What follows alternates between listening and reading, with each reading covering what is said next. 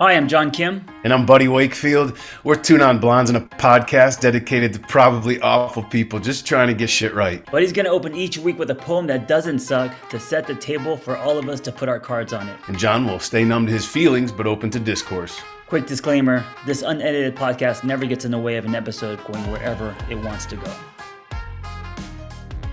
I'm sure you've heard this before, but sometimes you blow a little too hard. And what happens is the people listening to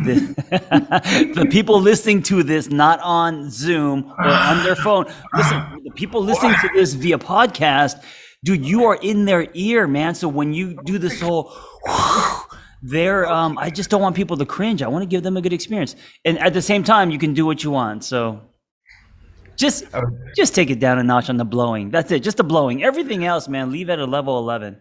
I was so good today. You still are. And then I was gonna start the show like we agreed, and I just read a poem. And okay, here we go. Now I have to get back in state. Now I have to get back in flow state. Okay. Hey, look, everyone is muted. Now give me 5 seconds, and then let's do it, man. Yeah. Okay. Hey, John. Oh shit! I just muted Buddy Wakefield. Which should not happen because you're a co-host. But anyway, yep. Go ahead. We can't mute you. You're the one. What you're doing is it's asking a comedian to tell you a joke. Go ahead, read your goddamn poem. That's what it sounds like now. I should do it at the end. Fuck. I should do it at the end. Do it again. No, don't do it at the end. All right. That's false advertising. I need you to mute yourself. Yes. I need you to not say anything else. I will actually do the podcast today. Don't talk again.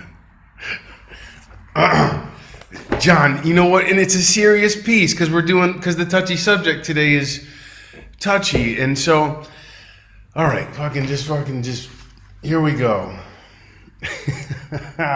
We'll call her Sweet Angel. Hugs herself when she's stupid. Gets facials from a wonderful woman in the city who talks like a landslide. Boys used to call her Peach. The way she said it burned me up like a blown out tanning booth.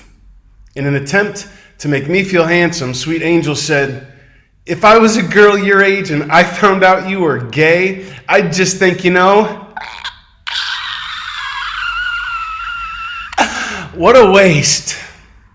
Okay, hey, Perky Cheeks, if that was supposed to be a compliment, please don't ever send me a care package. A waste is more like when I stole a woman's trust, love, and virginity, then broke her heart just to prove to the fellas that I really like sex with women. A waste were all the ceiling lights I broke juggling cheekbones and steel, gay and Texas, glass ornaments made of closets that can easily hang, hide, and stretch my dirty laundry on clotheslines from San Mateo to Niagara Falls back to Texas, and you'll never see a thing. 14 and fading. Parents on marriage number 8. Me keeping all of it hidden up in the air like ducks in a row ready to go down during hunting season. To some children, self-preservation and mirrors will always look like a grown man with raw lips and lockjaw whose heart pounds out so fast for safety it sounds like ice picks chipping holes through the chest of a sculpture his parents would have otherwise loved to show their friends. A waste.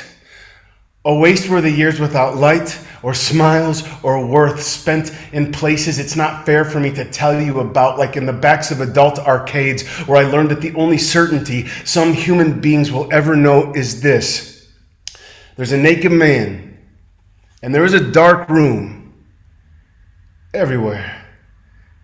These are children who will not be told that there is nothing wrong with being human, who are not allowed to love themselves despite their crimes, who will have no one there to help them arrange chaos in alphabetical order once they realize that sometimes, y'all, being born is really inappropriate. They will be haunted by their ability to hate you, to give you back what they got from you. It's the quickest slow death you'll never see until the wind blows on a quiet day and you ain't got nobody to hold y'all, and it is a waste. Like the hundreds of gallons of gas I burned pulling off into the alley so I could die or scream or clutch. There will never be enough back road in this world to make you understand how much I loved him. A waste is a 9-year-old boy playing catch with the roof of his garage who already understands that his existence makes for the perfect insult.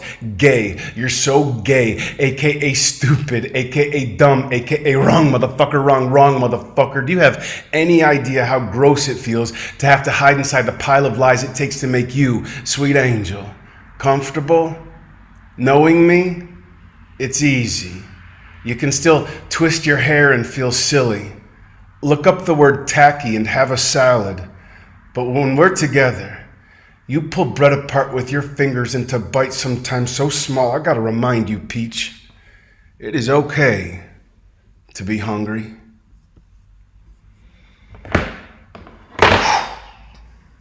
Welcome to Tune on Blondes podcast with the Angry Therapist and me. I'm Buddy Wakefield.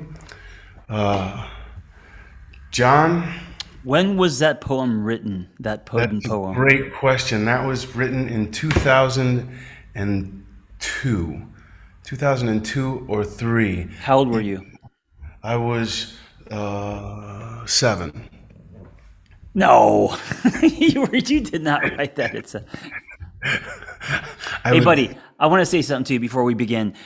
So I never listened to my podcast. I think I'm like north of 500 episodes, and I hate my voice. I don't like listening to myself, but I got to say, I listen to our podcast when it airs every Tuesday, not for me, but because I'm a fan of you and your words. And what's really great about your poetry is it's like a good movie where if you play it back or watch it twice, you hear things that you didn't before. So it's one of those things where you can replay often. Mission accomplished. Thanks, John. Yeah.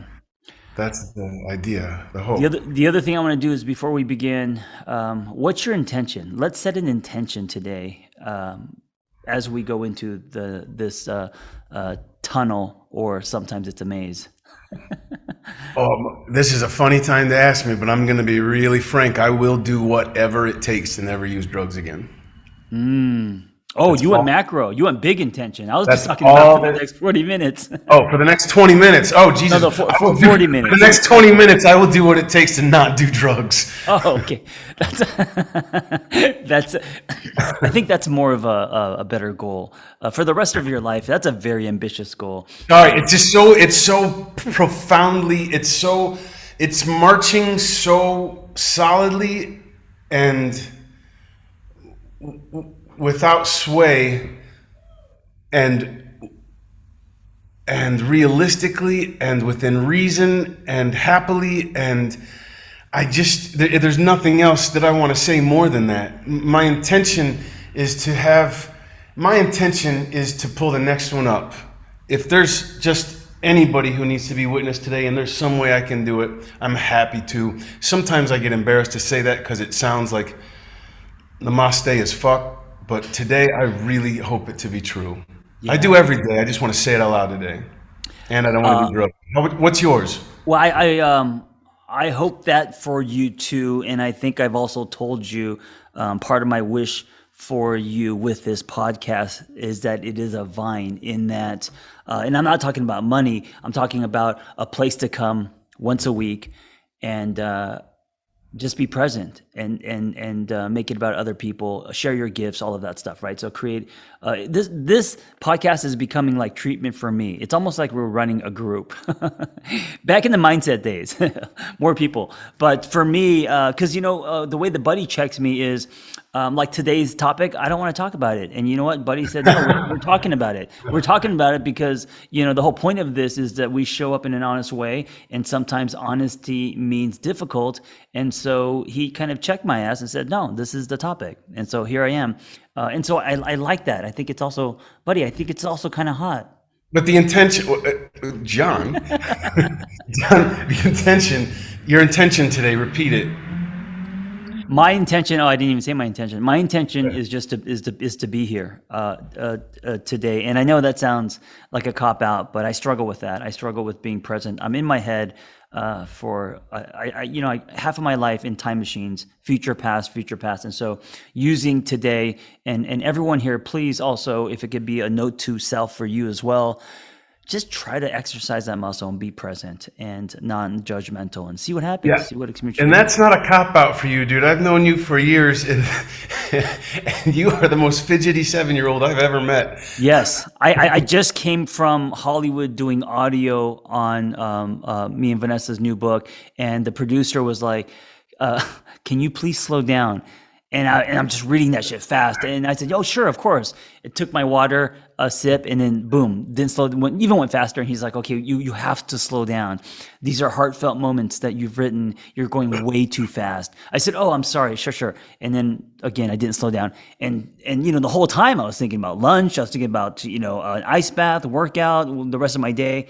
And it's like, God, it's so. I wish there was an Olympic tag team non-linear relay race and talking, because we would fucking bring home the gold for USA. Yeah, both of us. two left feet. Hey, listen, the topic today, the touchy subject. Let's say what it is, and then I want to say it's not. Well, okay. So what it is, I guess we're calling it what we allow. In each of our own marginalized communities. Yours Asian, mine super gay. Why can't I be super Asian? Okay, see, here we go. You're gonna be super gay. I'm super Asian. This is perfect. Okay. But you saying that not wanting to do it because I checked you, but in any given moment, you could have checked me just as hard. I just happened to be from the recent event. The reason why I didn't want to talk about this was because I am guilty, even today, as a 49-year-old in the world that we live in, and growing up in the 80s is not an excuse. I'm guilty of making Asian jokes. Like on our text thread with our friends, I used the word gay in kind of a fun way. And it's embarrassing. And I want to stop. It's so baked in, buddy, because in the 80s, the way that I got acceptance was by making fun of myself. And so it's now become almost like a survival thing. And then if you put me in a room with other men in locker rooms, and there's a lot of that kind of stuff happening, and a lot of testosterone, and, talking about whatever, quote unquote manly things. Yeah. I just default to that mode. And so the reason I don't want to talk about this is because, well, it's time to put a black light on it. And who wants to do that, Right. It's like putting a black light. I'm single, and if anybody put a black light on my bed, I'd be fucking. Oh man, where'd that come from? So I think context around this is that John and I are on a text thread with 4 other really great friends who happen to be symmetrical, straight, and white as fuck,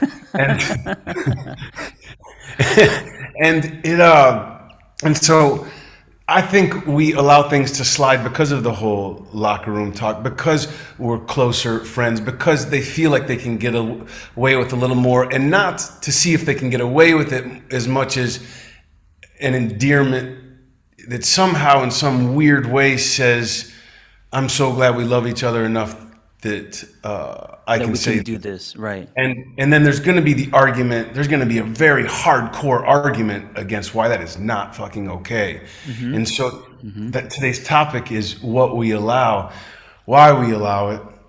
And let me ask you this: when the word gay or homo or anything like that is thrown around in that room, in a very like a quote unquote funny way, or in a light way.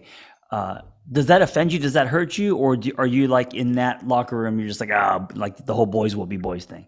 Do you just? I mean, it's better than being called a cocksucking faggot and being stalked in a hallway in school. Sure, sure.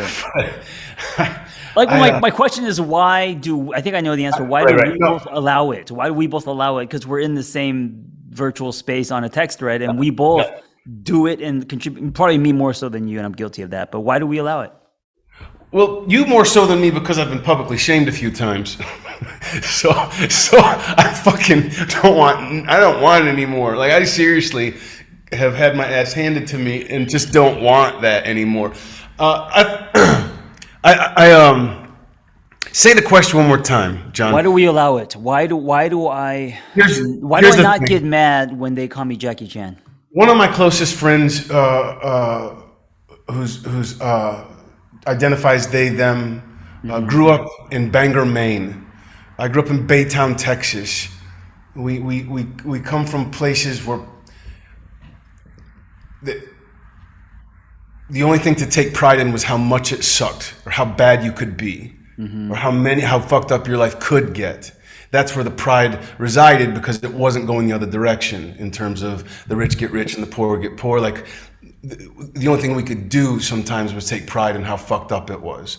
And so I grew up with people who didn't know any better, who just received nothing but bad information. I know them to be amazing people who just didn't have the outlets or the channels. And so have I allowed for a lot more, because having come from the close to the root of where it's the most not okay, I do. I allow it more than I probably should. Andrea Gibson just released, God, I wish I knew the exact name of it. Andrea Gibson, if you've never heard the spoken word artist, you're welcome right now. The best in the world at what we do, at what they do. Next to Buddy Wakefield. Sorry, go ahead. And Andrea just released an article on Facebook, on Instagram, just within the last 2 weeks, about call out culture. And you know, I'm just gonna say it straight out, because I don't think they would mind. But they're the person from Bangor, Maine, and have this perspective, and live as they them, and still will stick up for the most racist, knocked out tooth, Copenhagen dipping motherfucker there is, and with compassion, because compassion has to keep the same momentum as change if you really want it to work, you know. And Andrea is right there with people. Wait, stop. Say that again, because that's that rings to me like a finger on a wine glass, you know. That compassion, what? In order for what? Oh, well, I'm going to steal what you just said, and you can steal what I just said. Don't steal my shit, buddy. I like that finger on a wine glass. All parts of your story will be used. You steal. like you're gonna steal like finger on a wine. Compassion has to keep the same momentum as change if you really want it to work. Which means, you know, the law of nature is change, so it's not stopping. Change is not stopping at any point. And neither can compassion if you really want it to work. And so I've watched Andrea is one of the most graceful, kindest person I know, who risks softness on a daily basis. And risking softness, that's powerful too. That's in my book already, John. Risk more softness. You can't have that one either. Risk softness. Next tattoo, risk softness on my arm as a reminder. So yeah, I here it is. I can claim that I risk softness, but I don't do it as genuinely as Andrea does.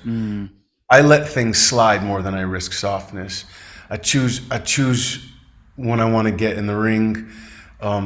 You and I are among friends and loved ones who, I probably say it more than the average Joe, just based on the environments we surrounded ourselves with, and we do let it slide a lot. Where this is, I want to say where this is coming from to keep providing more context, John. And where this is coming from is on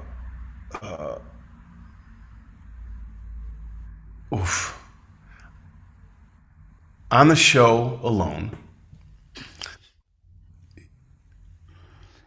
I don't know. Yes. I don't know how else to do it, John. Yeah, no, do it. Real quick, the show is about, just for people that don't know, I think it's on the History Channel. It's, they put one person on a island, and they give them nothing, a couple tools, and they have to, whoever stays the longest wins. And so you got to make, your own housing. You got to kill. This ain't some Survivor shit though, like typical, like, as you know, Survivor. This is 10 people who are dropped off in different parts of like Mongolia or the Arctic. Right. Yeah, that's legit. They're already survival experts. Like Roland tackled a moose and killed it. I can't touch anything furry, and I'm afraid of the water, so I don't know what I would do other than just stand next to a tree. I also can't build anything like a tent. My dad never took me camping and shit, so I would just stand next to a tree, and then I would just whatever until they came back. I don't know what I would do. I wouldn't even attempt to build a tent. I don't even know with leaves. Like, what the fuck would I do? I would last probably about 6 hours, 6.5 hours until I got hungry. Now I would hit the button because they do have an SOS button where the people come back and then you're done. You're disqualified. The great part about the show is that the 10 people who are dropped off in different areas of the Arctic or Mongolia, or wherever it may be, the whole goal is whoever stays out there the longest, but they don't know when other people have tapped out. So for all they know, they're going for 2 weeks or 2 years. Right. They do not know. They just have to outlast everybody without knowing when everybody else has gone home. How long do you think you would last? Be honest. How long do I think I would last? Yeah. Can you kill something and eat it? Like, how would you survive as far as food? Yeah, John. I've never seen that side of you. I've never seen that side of you. I can fish and hunt, John. Oh, you are. I rode bulls in the rodeo, That's John. right, I was that's right. really, I wanted Jesus to make me straight. I did all of these things. Overcompensating, if you don't know, is just not going to make you straight, guys. Yeah, my parents owned the Popeyes chicken when I was growing up, so that's food was always a phone call away from me, and that's that was Man, is that legit? Your dad owned the Popeyes? my family did. Yes, I fucking hated it because I was forced to work there like all Korean kids with their family. And thank God it was in Long Beach, so I wouldn't see any friends. But on Sundays, I'd be back there managing, or else people would be stealing chicken. And fucking came home smelling like chicken and hated it. Anyway, what's your way into this conversation using the show alone? Let's get back to that. Popeyes, man. Okay, yeah, okay. Why did you mention the word alone or the show? So on this text thread that John and I are on with dear friends, By the way, do you like the name I changed it to? I call it Men at Work. It was called John Kim's Bitches, and then now it's called Men at Work. Yeah. The text thread was called John Kim's Bitches, and I tried to change it to John Kim Itches and all manner of things over the last 2 years, but he keeps putting it back. Anyway, so we're all John Kim's Bitches until like last week when now we're Men at Work. Underrated band, by the way. I should say some Men at Work. Anyway, passive aggressive. All right, go ahead. So we're on this text thread. Go ahead, buddy. What are we doing? Yeah, here's the deal. In this show alone, there is a Mexican gentleman, Juan Pablo, and he says, I want to be the first non-white to win it. Which to one of our friends sounds intentionally exclusionary. And he's not able to wrap his mind. He reacts in a pretty harsh way, in a negative way, without being able to wrap his mind around it, and gave an answer that was akin to "Don't play the victim. You got to pull yourself up by the bootstraps" kind of shit. And I said, "Oh, like don't pull the race card kind of thing." I don't remember. Yes. Yeah, but it was, I mean, he's comprehensively more conscious than that, but this particular thing tried to get in an angle that wasn't open on Greg yet. We'll call him Greg. So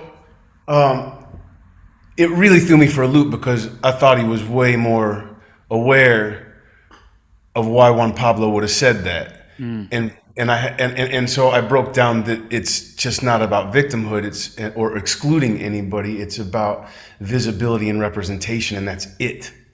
There's nothing more to it. Because at no point, I mean, all Juan Pablo has ever seen growing up in shows like this, which he is in something that he's passionate about, are white guys doing their thing or winning this show. And he was just trying to say, because Juan Pablo doesn't have an extensive catalog of language, let's be frank. And he was just trying to say, I want to be a model for other people who look like me, who are passionate about this, so that they know it's not all just guys who look like the people who made fun of their fathers. Right. I could relate to that because I grew up. And I was wanting, but to the touchy part of the subject today is that of all the times you and I have let things slide in this thread, it was the moment that I needed you to be like, yeah, motherfuckers. Why didn't you text me up and just in, on the side and say, dude, read, because I actually, to be honest with you, I don't think I even read it. I think it slipped because we bird walk a lot, and we're always talking You were about being fucking antsy. working You were out. being Yeah. antsy and skimmed, and it was a serious moment, a very rare serious moment on the I didn't thread. see it. I didn't see it, buddy. And if you would have texted me on the side and say, "Hey, what do you think of that? Can you respond?" Then I would have went back and looked at Or it just for get my sure. back with these dudes. But yeah, We have a you second came in chance. instead. You came in instead talking about that new vehicle that looks gay. Oh yes, and I didn't know. Oh, so that must have not landed with you because you're like, John, here's a time where we could hold hands and kind of challenge, and then, but you And I actually had a just fucked up in a way because Greg wrote back and was like, "Dude, you're right. Thank you. Well said." And he was so oh, receptive because he's a smart motherfucker. well, He well just that at one angle he didn't get the whole visibility thing over victimhood. but that's what the fact that Greg said, okay, you're right, is to me telling of their hearts, their And why ability to Andrea change. Gibson wrote that article. And why Andrea was like, you don't need to fucking cancel people. You don't need to fucking Right, ruin their right, lives. right. Dude, I hate cancel culture, man. I'm not about that at all. So I love what Gibson is talking about, It's compassion. it's a mixed bag for me, and it can get really touchy for me. Here's the thing, of course, I don't like canceling anybody. Of course, I can't stand the idea of Dave Chappelle. When Dave Chappelle said, Kevin Hart, all he ever, his dream was to host the Oscars, and y'all took that man's livelihood, and I know that I lost a good part of my livelihood at one point, and but I will say this, and I will say it really reluctantly. It worked. Getting publicly called out and held to what I said, no matter. I mean, I had fucking.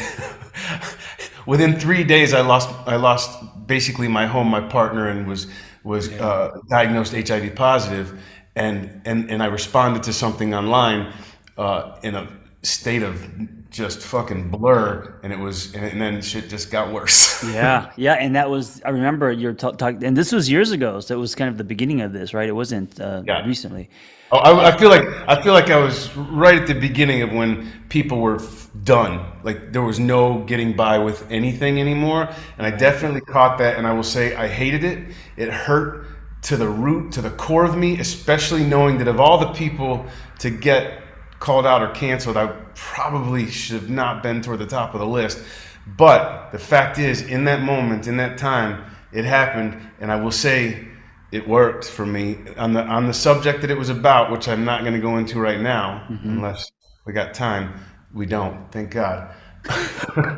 we can Keep we can hiding, do it buddy. for another day. Why, buddy? Why, buddy's been canceled 17 times. Um, uh, but I hate it. I've seen people get suicidal over it. I know. Yeah.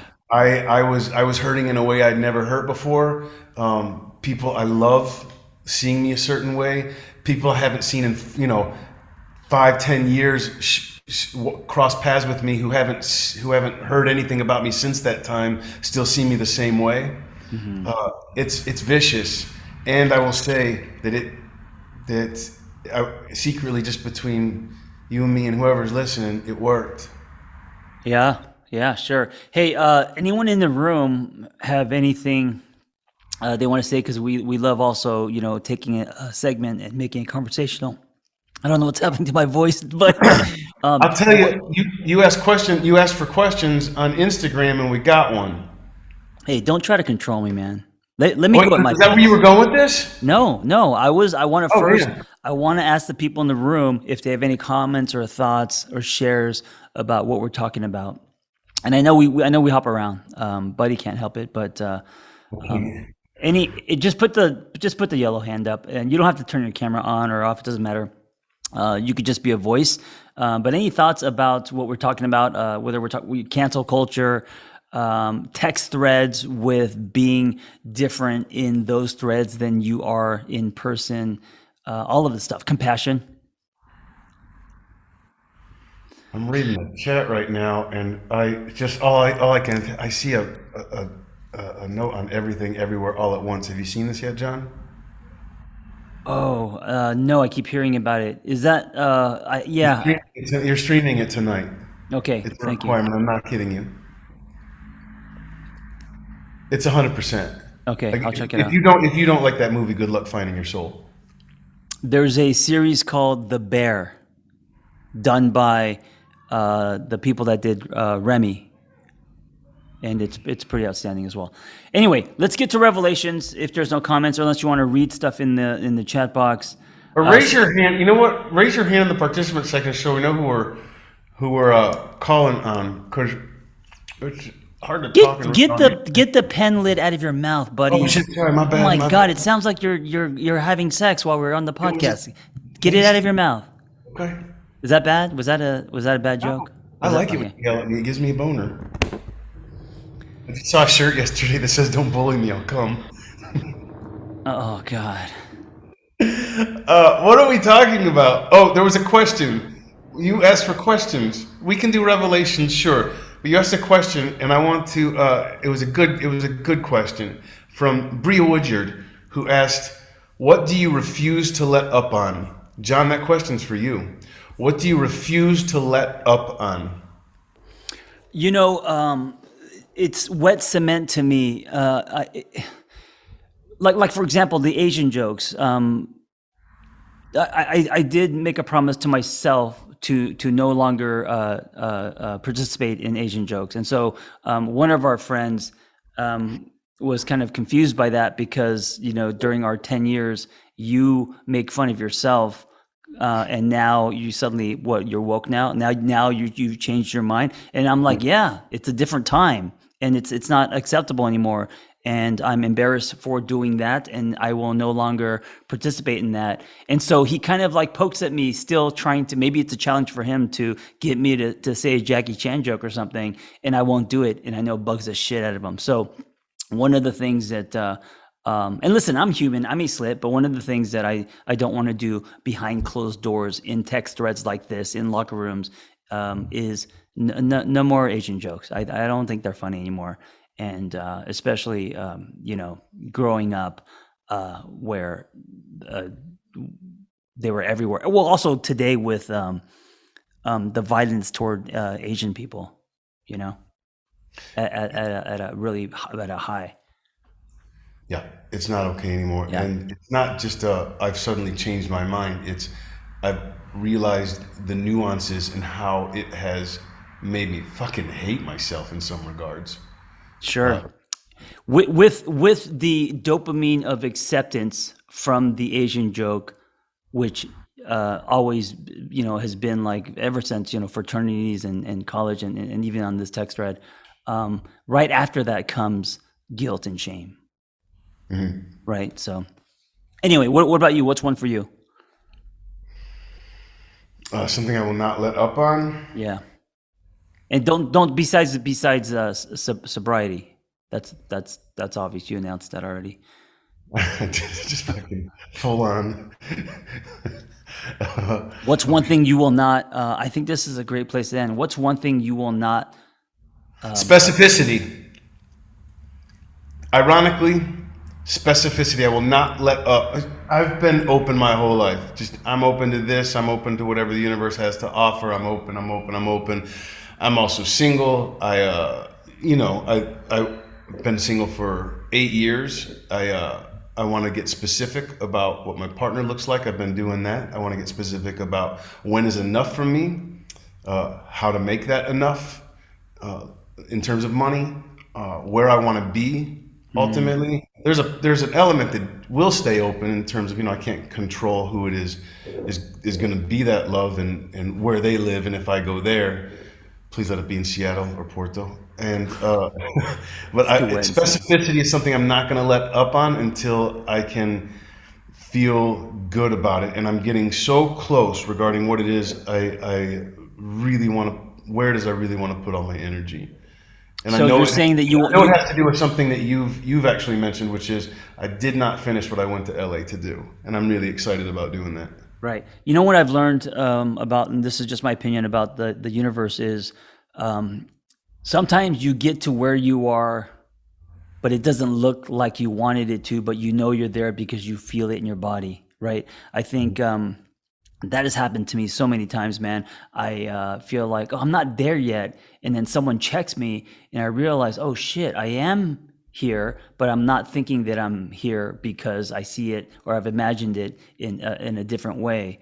But I know I'm here because my body is telling me I'm no longer in fight or flight. You know, I have a calmness, a knowing that I am moving forward. My story is unfolding. You know, I've swam to the island, if you will. So when you say specific, I can't say that word. Specificity. Specificity. When you mean, are you saying you want to be more specific with what you see, or you want to be less specific? I have no choice but to be more specific if I want to Yes. get out of the holding pattern I've been in for 4 years. I love it. I knowing you and your story, that makes me happy. I think that's great, and I think that's going to be super helpful. I can't wait to see how that unfolds for you. I can't wait to see, John. Can we? Because just going back to the beginning of the podcast today, just for a minute, when you were talking about, or at least when we were talking about alone and you camping, can we one day on this? Can I show them the video of you Climbing the rock. Yes, please. You could do And I whatever can, you want, man. even That's though already it's a on Facebook. podcast, I can narrate it just so people know who it's only on audio, just so people know what is happening when you're Let's end trying with to. this. Let's end with a little storytelling.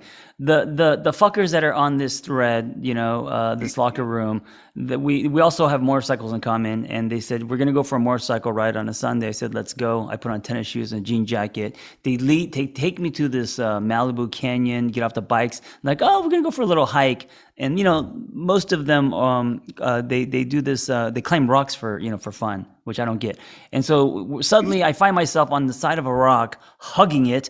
I'm wearing sneakers and shit. It's called traversing, where you are like not climbing a high, but you're going sideways. There's a river underneath me. I'm afraid of water. I have a water phobia, right? These guys. Wait, John. John, there's not a river underneath you. Whatever. There's water underneath me. I don't know if there's living things. There's a little stream coming from the river Whatever. underneath you. And it's my first time ever traversing or rock climbing with nothing but a jean jacket and discouragement. And so they started recording it, and I'm basically doing this splits, stuck on this rock, and they're laughing. I mean, I guess it's a form of bullying, I would say. But anyway, it was traumatic, and it got like 5 million views on Facebook, and anyway, they kind of filed it as one of the funniest moments, but in our exchange. Okay, listen, it's always been one of my favorite funny moments, but when you use the word traumatic, I can no longer. John, were you It really wasn't dramatic. traumatized? I think part of it was fun, and I love that they're laughing with me, not at me. Although I know on the surface they're laughing at me, but because I know their hearts we're doing this together, and so because of that, it wasn't traumatic. Okay. Yeah. Great. Anyway, everyone, thank you for listening. And listen, if you are listening, you could hang out with us in person. I'm not going to end it yet, buddy. Just bit.ly/2 non-blondes, and the 2 is not spelled. It's just a number 2. And so you could hang out with us when we try to do it on Zoom every week, so we could hang out. Buddy, go ahead. Man, if, we can slip out of here. It's I just saw a couple questions come up, and one of them's really good. Maybe we could end on this. Go ahead. I would love for you, the angry therapist, to answer it because it's right up your alley. How do you / how can I have compassion for people who do not see me as a whole person? Oh man, my answer would be the way they see you has more to do with their story than yours. And if you know that, it cracks the door for compassion, right? So if they don't see you as a whole person, it's not because you're not a whole person, it's because maybe they're not a whole person, right? And so once you think of it that way, now the compassion is a lot easier to deploy. Boom. Heather Mata, thank you for that question. Everybody, thank y'all for coming to the live podcast, 2 Non-Blondes. It will be out, released on Spotify and iTunes on Tuesday. I think this is episode 7. And We're going to 24 at least. 24 at least. All right. Thank you, everyone. Be well. Bye.